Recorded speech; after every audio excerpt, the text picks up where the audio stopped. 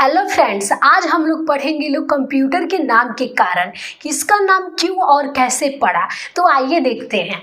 Computer को हिंदी में संगणक कहा जाता है। कंप्यूटर जो है वो हमारी कंप्यूट शब्द से लिया गया है।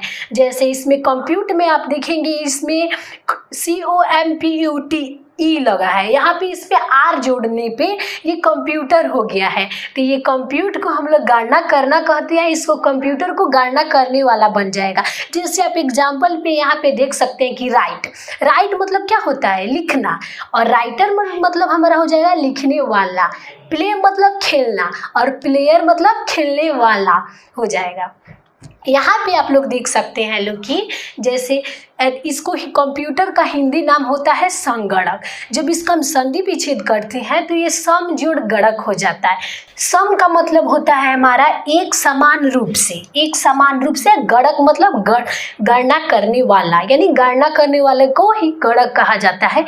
एक समान रूप से यहाँ पे कहने का मतलब हमारा ये है, उस टाइम जब वैज्ञानिक थे और जो पंडितों ने था, उन्होंने ये सोचा कि उन्होंने ये एक्सपेरिमेंट करके देखा कि जब वो जोड़ने के लिए कंप्यूटर का कहा जा रहा है तो वो जोड़ रहा है, घटाने के लिए क्या कहा जा रहा है तो घटा रहा है, गुना के टाइम गुना कर रहा है, भाग के टाइम भाग कर रहा है। यानी जो दिया जा रहा है वो एक समान रूप से, वो एकदम अच्छा से कर रहा है। इसलिए इसको हिंदी में इसका संधि विच्छेद करने पे इसका नाम रखा गया सम जोड़ गणक। सम मतलब एक समान रूप से गणना करने वाला, इसलिए कंप्यूटर को हम लोग एक समान रूप से गणना करने वाला कहते हैं।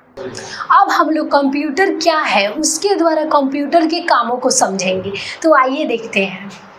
The computer is an electronic machine. Electronic machine कहने का मतलब ये है कि कंप्यूटर जो होता है वो इलेक्ट्रिसिटी पे निर्भर करता है, यानी कंप्यूटर जो है वो इलेक्ट्रिसिटी से चलता है, वो टोटली इलेक्ट्रिसिटी पे निर्भर होता है। और सारे चीज़ जो होते हैं बिना इलेक्ट्रिसिटी के चल सकते हैं, पर कंप्यूटर जो है वो इलेक्ट्रिसिटी के द्वारा ही चलता है।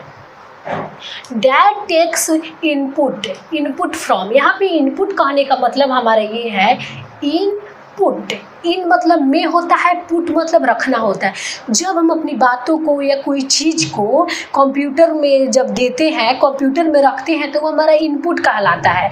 जैसे कोई भी मतलब बाहर की चीज़ों को हम कंप्यूटर में देते हैं, या फिर जैसे देख सकते हैं हम लोग कीबोर्ड पे टाइप करते हैं, तो वो कंप्यूटर को हम लोग देते हैं, तो वो टाइप के द्वारा जो भी हम अपने मन की बातें को रखते हैं वो हमारा कीबोर्ड के द्वारा रखते हैं। माइक के द्वारा हम आवाज़ रिकॉर्ड करके भेजते हैं, कैमरा के द्वारा फोटो या वीडियो, यानी जो भी बाहर की चीज़ों को कंप्यूटर को दिया जाता है वो हमारा इनपुट कहलाता है। और यहाँ पे आप देख सकते हैं इनपुट फ्रॉम द यूजर किसे कहते हैं। यूजर का कहने का मतलब जो कंप्यूटर को चलाता है, जो कंप्यूटर को यूज करता है, वो हमारा यूजर कहलाएगा।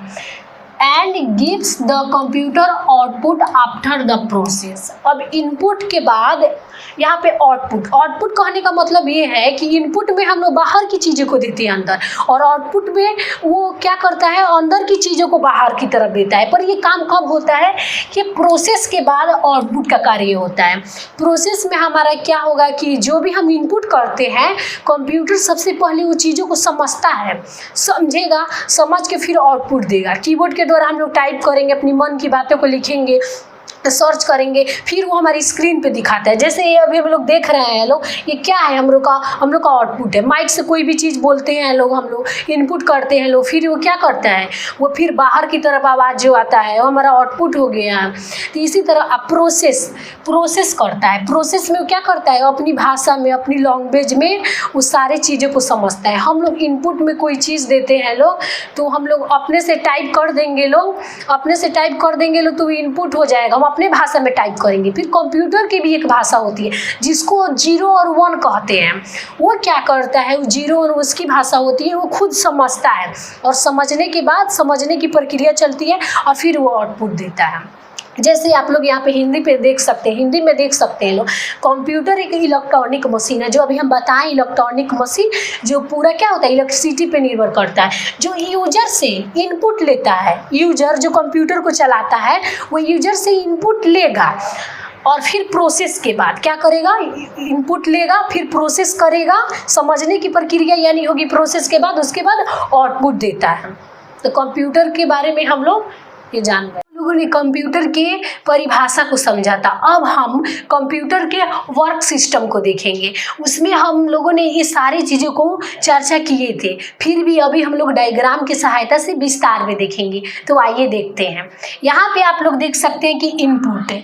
इनपुट जो हम कंप्यूटर को देते हैं वो हमारा इनपुट हो जाएगा। इनपुट के बाद वो प्रोसेस करता है, और कितना लोग सोचते हैं कि प्रोसेस के बाद आउटपुट देता है हम लोगों को, पर ऐसा कुछ नहीं है। प्रोसेस के बाद हम लोग का स्टोरेज का कार्य होता है। आप यहाँ पे देख सकते हैं डायग्राम की सहायता से कि यदि स्टोरेज में जा रहा है प्रोसेस के बाद, और फिर लौट के प्रोसेस में जा रहा है, फिर प्रोसेस में जाने के बाद आउटपुट हो रहा है, आउटपुट का कार्य हो रहा है। जैसे आप लोग एग्जाम्पल के तौर पे देख सकते हैं कि कोई भी फोटो और वीडियो को हम लोग मोबाइल में डालते हैं, तो डालने के बाद वो कहाँ जाता है, कहीं ना कहीं जाती है, मेमोरी में जाता है। जैसे आप लोग सब कोई जानते हैं कि वो मेमोरी में जाता है। तो मेमोरी में जब जाता है वहीं हमारा स्टोरेज का कार्य होगा। मेमोरी में जाएगा, और मेमोरी में जाने के बाद कंप्यूटर क्या करता है, उसको प्रोसेस करता है। उसको प्रोसेस करेगा, समझेगा, और समझने के बाद क्या करेगा, फिर वो आउटपुट देगा। जैसे हम लोग एडिटिंग का काम करते हैं, लोग मेमोरी में कोई भी वीडियो फोटो डालेंगे, लोग मेमोरी में जाएगा, फिर एडिटिंग का काम चाहिए, जो भी हमको करना है करेंगे, तो प्रोसेस हो गया। तो प्रोसेस के बाद आउटपुट होता है। यानी सबसे पहले हम लोग का इनपुट होगा, इनपुट के बाद प्रोसेस होगा, प्रोसेस के बाद स्टोरेज होता है, और स्टोरेज के बाद तब हमारा आउटपुट होता है। Okay, thank you.